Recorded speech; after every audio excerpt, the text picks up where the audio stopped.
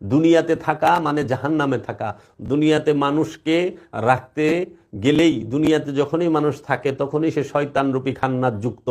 আর পৃথিবীতে যখন মানুষ প্রবেশ করে, দুনিয়াকে ত্যাগ করে, তখন সে তৌহিদবাসী।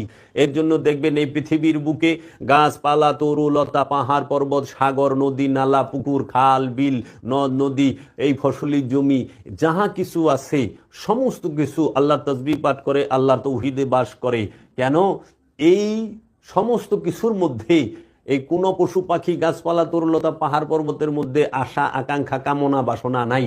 শুধু আছে দাসত্ব, শুধু আছে দাসত্ব, সেবা। সমগ্র সৃষ্টিকে সেবা করতেছে এই পৃথিবী। এর জন্য পৃথিবী থেকে আমরা অনেক কিছু গ্রহণ করি। আগুন, পানি, মাটি, বাতাস, এগুলো আমরা গ্রহণ করি। আমাদের নিত্য প্রয়োজনীয় যে খাদ্যদ্রব্য সমস্ত কিছু আমরা পৃথিবী থেকে পাই, দুনিয়া থেকে পাই না। দুনিয়া থেকে একটা জিনিস পাই, সেটা হইলো এই খাবার দাবার কেমনে জমা করে রাখুম, এই টাকা পয়সা কেমনে পাচার করুম, এই খাদ্যের মজুত করুম কেমনে, এই খাদ্যের আমরা ওজনে কম দিমু কেমনে, এই খাদ্যের দাম হঠাৎ করে বাড়াই দিমু কেমনে, এই সমস্ত মতলব হইল দুনিয়ার। আর পৃথিবীর মধ্যে যাহা কিছু আছে সব বাস করে।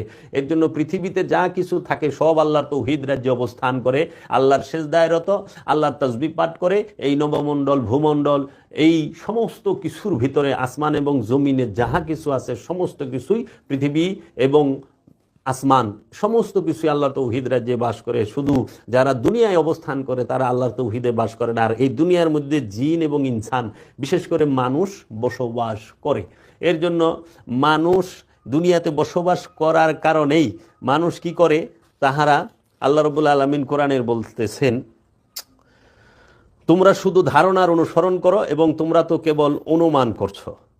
তোমরা শুধু ধারণার অনুসরণ করো এবং তোমরা কেবল অনুমান করছো। এই আয়াতটি সূরা আনআমের 148 নম্বর আয়াত খুলে দেখবেন যে তোমরা শুধুই ধারণার অনুসরণ করো, তোমরা শুধু ধারণার অনুসরণ করছো এবং তোমরা তো কেবল অনুমান করছো।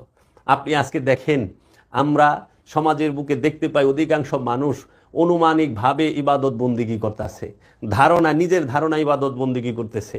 সে রসুলের কাছে যাইতে কোনো মতে রাজি না, তিনি মুর্শিদ ধরতে রাজি না, পীরের কাছে বায়াত হইতে, ইমামের কাছে বায়াত হইতে রাজি না। সে নিজে নিজে ইবাদত করবে।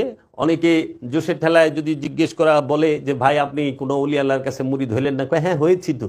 কোথায়, কোন তরিকায় হয়েছেন? কয় আমরা মুসলমান তরিকার লোক, তাদের তরিকা হইলো মুসলমান তরিকা। এটা কোনো কথা হইল? এই যে কথা, কেন তাও সে ওলি মানবে না? কয় মুসলমান তরিকা, আমরা নামাজ পড়বো, রোজা রাখবো, সব শেষ। তাহলে তো কাজেই এই মানুষ সম্পর্কে আল্লাহ রাব্বুল আলামিন